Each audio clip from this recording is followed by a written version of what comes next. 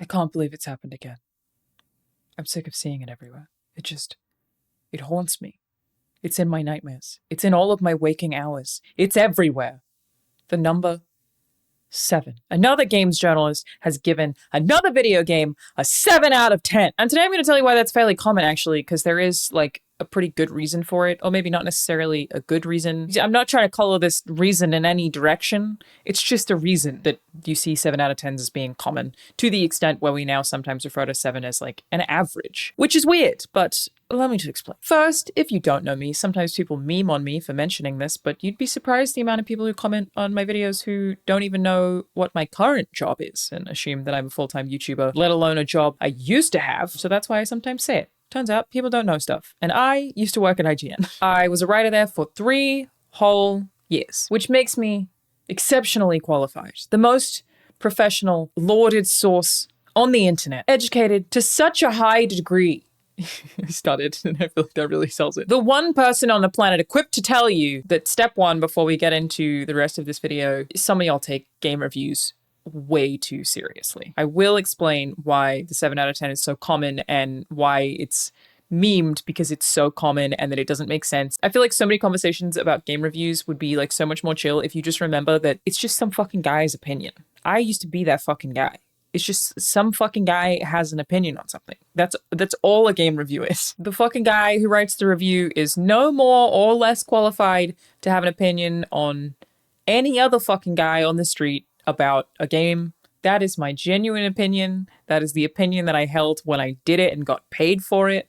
I personally do not consider game reviews to be journalism, even though they technically are by definition of the word. But again, it's just some fucking guy's opinion, man. And they certainly are not objective and do not strive to be and shouldn't be because they are opinion-based. They are not reporting. They're just, oh, fucking guy has an opinion. And to be clear, before somebody gets upset with me, not being sexist here, women can also be some fucking guy. Like I said, I used to be some fucking guy. Gender neutral. It's really just that the guy who does it for IGN has an editorial policy that he has to abide by, probably has more writing experience than the average person, and more people will read it. But that is really the only difference. No one's opinion on a video game is any more or less valid than anybody else's. The only exception to that, and like I feel that way about films and stuff too, the only exception to that is when, in my opinion, someone who has a ton of expertise is the one reviewing something. Tarantino, not just some fucking guy. Miyazaki, Hideo Kojima, not just some fucking guy. They go beyond the sphere of some fucking guy in which all of the rest of us exist. But otherwise, 100% of us, IGN, GameSpot, Kinda Funny, you in my comment section, we're all just some fucking guy. It's actually pretty crazy when you think about it. Like, really, the whole world is just run by just a guy. Like, what are any of us doing? Think about how many things you don't know how to do or how many mistakes that you've made, and you're still here, and that's just the same as the rest of us. None of us have any idea what's really going on. We're just some fucking guy who got a job. There it is. Okay, but first, 7 out of 10. Why is it so common? Why does it feel like 7 out of 10 has become the average video game score, at the very least in the AAA gaming space? Why is everything a 7 out of 10? Why is it so common? What happened to the other half of the scale? Why aren't we using it? In my opinion, it actually is because 7 out of 10 kind of has become average for AAA games, but maybe not for the reasons that most people would think. Important to note, before we get into this, that different websites do have different scales. A 9 for IGN is not the same as a 9 for some other website. You have any feelings about reviews that you look up what their individual scales mean. One thing that I see people mistake all the time is that they think a 10 out of 10 is a perfect score or that it's a perfect game. For IGN, for example, a 10 does not mean perfect. It just means masterpiece, because no game is perfect except for Portal and maybe also Deadly Premonition and Doom 93 and Tunic. But that's the list of perfect video games completed. Unless you have anything to add, editor of this video, Jacob Fullerton. The floor is yours. Gungan Frontier. All your favorite characters are there. You get to play with Fombas and Falumpa sets and plant trees on the moon. And the UI is a clam. 10 out of 10. Perfect game. There we go. Comprehensive list of perfect video games. No, really, none exist. 10 out of 10 means masterpiece, right? It is a masterpiece. It doesn't mean it's perfect. But for whatever website that you read reviews from or whatever discourse you're involved in, I recommend checking out their individual scales. And if you look at a 7 on the IGN scale, 7 means good. Not great, just good. When I worked there and I reviewed video games and movies and stuff sometimes, Dan Stapleton, the executive editor of reviews at IGN, told me to treat what score I would have if I was having trouble as what would I say if someone walked up to me on the street and asked. So a 7 would be, yeah, it's good. It's not great. It's good. It's good. Because, to be honest, assigning a score to however many thousand words you've written where you try to really explain every single nuance of this thing and why you do or don't like it is extremely difficult and sucky, but it's just really important to audiences. Like, it gets clearly so much engagement from these websites. People want the opinions distilled into a little number. It generates so much discourse. It generated this video, technically, and probably many videos about 7 out of 10 or 10 out of 10 game reviews that exist on this platform. Audiences clearly are very attached to the review score. For writers, it sucks. So when you're having trouble being like, I don't know what these words distill to, how am I going to figure that out? A good way to do it is, what would you say someone came up to you on the street? So a 7 is, it's good.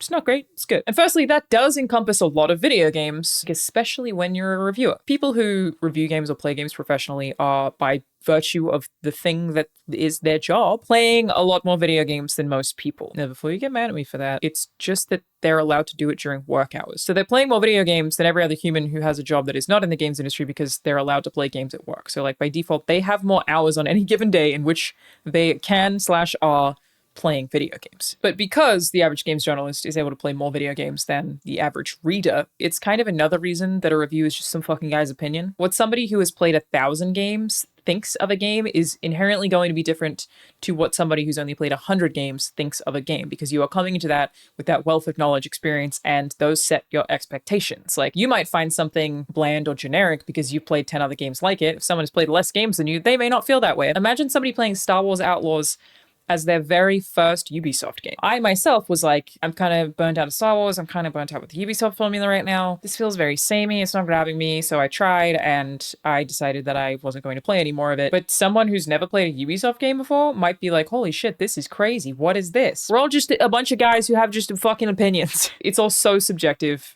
And it's impossible not to be subjective. You're inherently bringing all of the experiences that you have had into every opinion that you form on pretty much everything. And that's why reviews are what they are. They're just an opinion. Secondly, I think there's a misconception that 5 is supposed to mean average on the scales, where it doesn't, at least not on any of that I've ever seen. A 5 for IGN means mediocre. They describe it as something that is bland and unremarkable. And I guess with that definition, I wouldn't be like super uncomfortable personally categorizing Star Wars Outlaws that way, maybe. I haven't played enough that I feel confident saying that. But that becomes complicated when you realize how many games do fit below the 5 category, and that's kind of the point of this video. 5 is not actually baseline average, and it makes sense that most scores that these outlets give are going to be above a 5, because in comparison to the amount of video games that come out, the AAA games that people are playing, the games that are popular enough for people to even be talking about them, for somebody to need to write a review about them, are going to be in that upper category. Like, there are so many video games that come out. And the truth is, most games that release are very, very, very, very flawed. Most games that come out don't even have an inch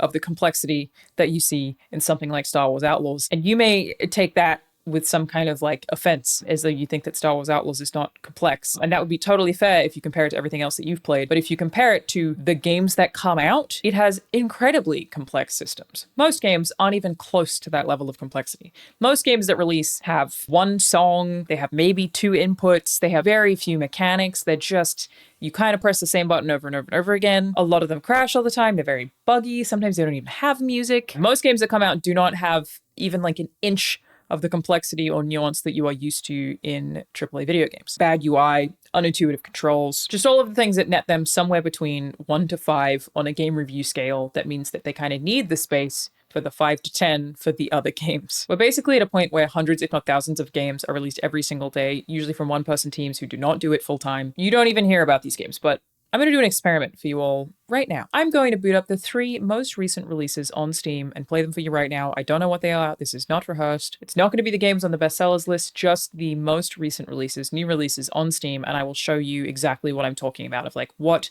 majority of video games that release actually look like. Okay, everybody, I've downloaded the 3 most recent releases on Steam. They are Doll Catching Simulator, Future Breach, Youngblood, which is free to play, so that's pretty cool, and Zool Dungeon. Let's start with Doll Catching Simulator. I need settings so I can... It immediately crashed. Tried to change the aspect ratio and it immediately crashed. This time it didn't even have a menu. Cat? Oh, AD key, switch the claw machine. Enter key select. Okay, here we go. Enter key inserts coins. Enter. AD keys move. Space. This has physics, which is actually pretty cool. Enter. Just like in real life, they've nailed it to be honest. Pick it up, pick it up. We got a cat! Huge! Am I the world's first, what was it called? Doll catching simulator speedrunner? I might be. I feel like that's maybe it. I did get a couple of cats. Look at me go. I like this. This is cool. That is doll catching simulator. It functions, to be honest, very simple. The art is not great, but it works. 7 out of 10. Next, we have Zool Dungeon. I have no idea what this is. Trap? Zool, not enough. Unlock trap first. Okay, okay. Right click to spawn your monster. Click him. Spawn him.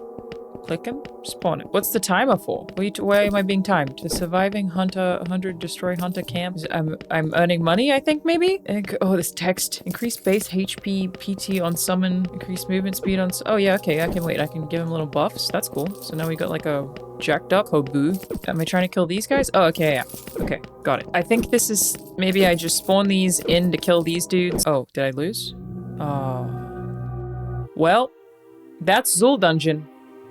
Compelling. Last but not least is Future Youngblood, a game that is apparently made with Unity.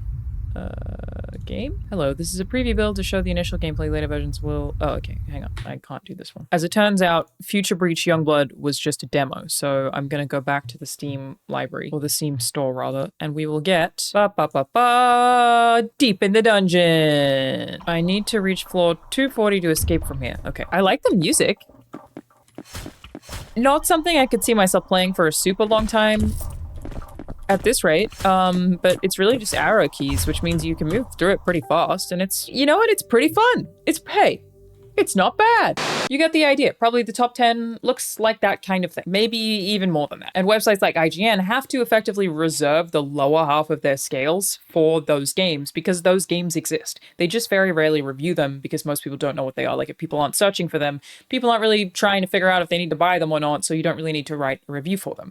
But in case one goes viral, like The Day Before, for example, very bad, basic video game, they still need to have that bottom half of the scale there for those games. And when you consider how many games are like that, it starts to make a little more sense why you keep seeing AAA games on the other half of the scale. Like, that's the breadth of the scale that is being considered. AAA games are inherently a lot more complex than majority of the games that come out every day, so they are far, far, far more deserving of the top 5 part of that scale. The scale is not just AAA. Does that make sense? Am I articulating this? I remember when Diablo 4 got massively review bombed by the user ratings, maybe a month or so after it came out, which was deserved. They made some disappointing changes, but people were giving it like a 2 out of 10 and calling games journalists shills because they weren't giving it 2 out of 10. But when you see the games that I just showed you, and then you compare it to something like Diablo 4, which has complex systems and enemies and classes and a ton of progression and music and sound design and art, you can see why it doesn't really exist in the same realm as a lot of the 2s that come out every day. It was functional, and it had this cool feature where you could actually play it for more than 5 minutes without being extremely bored. Basically, Steam is full of a lot of things that like barely count as video games or what the general public understands a video game to be, and most of them aren't even really worth reviewing, but the scale has to still exist for them. And it's like, I get why if you've only played AAA games, if you only played really, really popular games that do rise above, you know, the schlock of majority of the stuff that comes out, that you would have a skewed perception of what the scale looks like. Like your scale is probably different to the scale of some other fucking guy based on just what you've played, where reviewers often have played a lot of stuff that falls on the lower half of that scale and is the reason the lower half of that scale exists. I think you could pretty easily make a case that they should just not touch those lower half games at all, and that you could like have a scale just for AAA games and they could be 2 separate things. But I think that would also be pretty complicated to explain to audiences in a lot of cases, where I feel like it's probably easier to explain, no, a 0 or a 1 or a 2 is for games that don't function. Diablo 4 making changes that negatively impact the game didn't make it completely non-functional, or didn't make it so that the only thing you could do was like play a claw machine. You know what I mean? But yeah, you could certainly argue for that if you wanted to. Go ahead. I'm just explaining why it currently exists the way that it does. And to be clear, I'm not trying to defend IGN in making this video in any capacity. Even when I worked there, they had game reviews come out that I staunchly disagreed with. When I worked there, they had the Doom 2016 review, which was written by a freelancer who gave it was like an insane low score. Yeah, it was a 7.1. for Doom 2016. And I remember like everyone in the office being like, "Do not fucking agree with that at all." But it was from Joe Gilroy, who did not even work in the IGN office, a total freelancer. I don't think he even wrote for IGN very often, like maybe one or two times. I'm not actually sure. But like they've certainly had review scores that I fundamentally disagreed with. And that's just sort of the reality of reviews being just written by some fucking guy.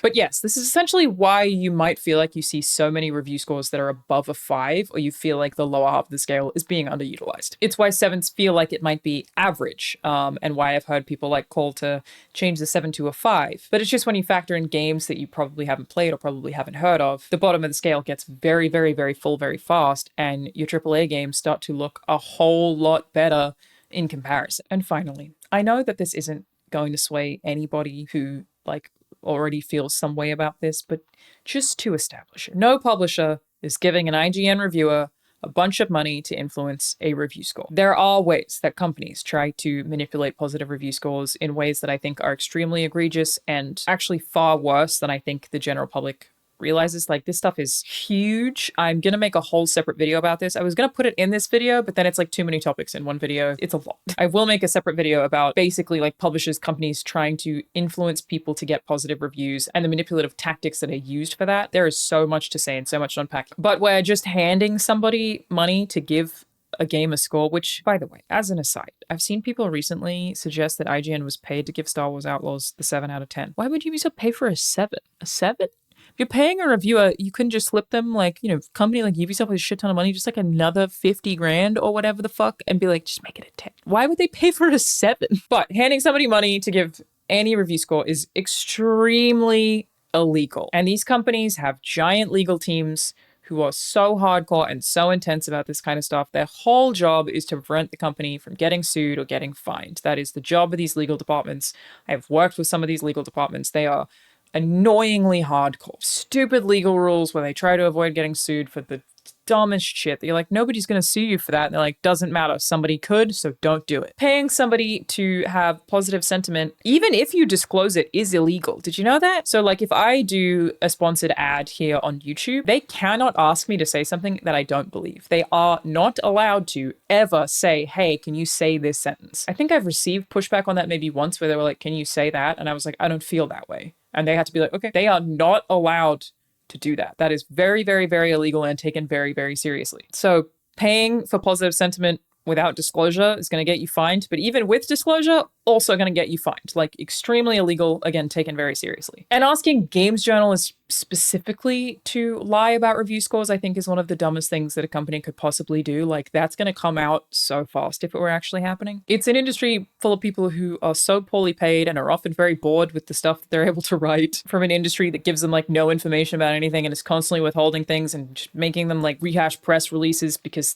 the games industry is so cagey about information. Frankly, they are desperate a lot of the time to write the article that gets their name out there or gets views or makes people like them. It gives them the prestige of breaking this huge conspiracy news story. Like, so many, I would say 90% of people who work in that games media industry would be frothing, chomping at the bit at the opportunity to leak this story. If it were happening, it would have leaked 1,000 times over. And I actually don't doubt that it was happening in the 90s and 2000s before a lot of the more strict regulations came in. Of course, companies are going to try to do it. They just can't anymore. And publishers do have other ways of trying to influence review scores. Like I said, I'll have a whole separate video about that. But they are not giving game reviewers money to give games a 10 out of 10. Again, just like think about everything you've ever disagreed with somebody on. Think about the dumbest fucking thing that you've seen on the internet that you disagreed with somebody on. Your toilet paper. You put it over or under. Heated disagreements about that stuff. Over is correct, by the way. Anyone who puts it under, I will literally in your house, if I see that you have the toilet paper under, I will change it in your house. I don't care. You and some fucking guy are gonna have different opinions. It's boring, but it's true. And as an aside, on my own aside, I promise you, if I ever find any evidence or any even suggestion that game reviewers are being paid off, I will tell you in a heartbeat. I would get so many subscribers. People would be so happy with me. I would get so many views, so much credibility. She finally outed it. Wow, look at this person go. That's my epics. Instead, I'm doing my routinely dumb bitch move of telling you the truth that I know most of you probably don't want to hear. Not most of you. It's just the ones who don't want to hear it really don't want to hear it and are definitely going to get mad at me in the comment sections of this video. Like, I'm aware of that. In fact, I will probably lose subscribers for this video. I actively reject the proven to be excellent strategy strategy of saying the thing the masses would like to hear and make the controversial video that will force people to yell at me. All of that to say, it would be a lot easier for me, or as someone who actually does work in media, to come out and say reviewers are being paid off. If it were happening, they would have done it by now a million times over already. I would have done it by now a million times over already. I don't review games. I don't accept codes. I have no reason to lie to you about this. It's just not happening. It's just some fucking guy. There are also just a bunch of factors where it comes to some fucking guy's opinion, where the person who reviews the game is the most likely to be excited about that game because they put their name down on the sheet where they said they wanted to review it, so they are likely to be more interested in it. Basically, some fucking guy is probably into the thing that he signed up to play however many hours of and write a review of. That's why he signed up to play it. And my suggestion for people looking for game reviews that they align with is actually to just find an individual or a couple of individuals, a reviewer like one writer or one YouTuber who you really align with and actively seek out their opinions. I don't even feel like it makes sense to read every IGN game review when IGN is just 20 different some fucking guys who have vastly different opinions from one another even, and frequently disagree on review scores even as employees of the same company. Like I said, while I worked there were review scores that were given out that I really did not agree with, but there's like nothing you can really do about that because I'm not the some fucking guy who reviewed that particular thing. What I do personally is just ask my friends. I don't read reviews at all. Literally never. They mean nothing to me whatsoever. And I even felt this way when I worked in that space. I just asked friends what they think of something and what they like about it and what they didn't like about it. And based on what I know about that friend and what they said they liked or they didn't like, I can make an assessment on whether I will or will not like something. Basically, 7 out of 10 is the average because the scale accounts for the amount of games that do not have even half the complexity of most of the games that you play and does need to have the lower half of that scale in case one of those games gets reviewed. Again, I'm not trying to defend that, just trying to explain it for anyone who might be interested or like has never thought about it before and was, if this video makes anyone go, oh, yeah, that makes sense, then great. And remember, game reviews are just the opinion of some fucking guy.